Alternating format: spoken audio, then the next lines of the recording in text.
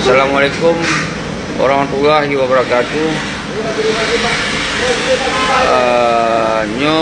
Kita dapat KTA ada nama GAM Independen atau DCRA.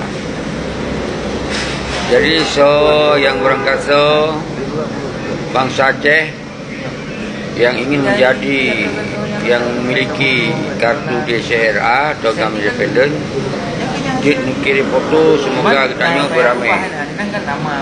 Semoga beramai yang dong itu. Jadi yang kamat KTA berarti kamu setia dong itu. Jadi itu yang disampaikan Pak Undro ke tujuan DCRA-nya yang sangat penting, katanya tak kompanya tinggalkan partai politik. Anjek pilih-pilih ini karena hanya makna, hanya bermanfaat untuk bangsa Aceh. Karena partainya adalah untuk yang minta kerja baik.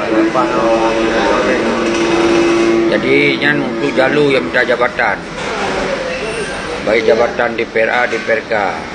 Jadi bagi kitanya di CRA-nya, tak kompanya pilih-pilih ni. Oh, ini pek jauh aja.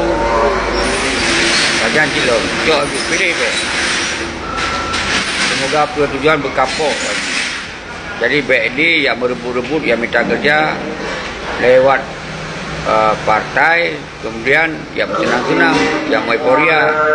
Jadi kita yang pilih kah lagi mikir. Walaupun tegak akan mudi janji mudi. Apalagi yang pegang-pegang janji bendera, janji mereka, janji referendumnya mana-mana. Jadi MOU nya adalah menyerah. Jadi GAM Malik Mahmud menyerah. Solusi Euronya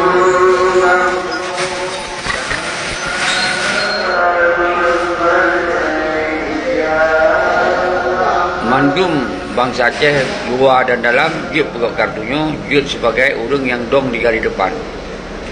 Jadi sosok yang nak kartunya berarti kamu setia kepada perjuangan lewat kekuatan rakyat, lewat DCRA. Oh, yang anak kartu berhanjit damong dia tidak mau, tapi nyan seakan-akan katanya hanya siap pasang badan, tapi siap dirikut bak barisan sa dua tapi ada masalah. Oh, yang siap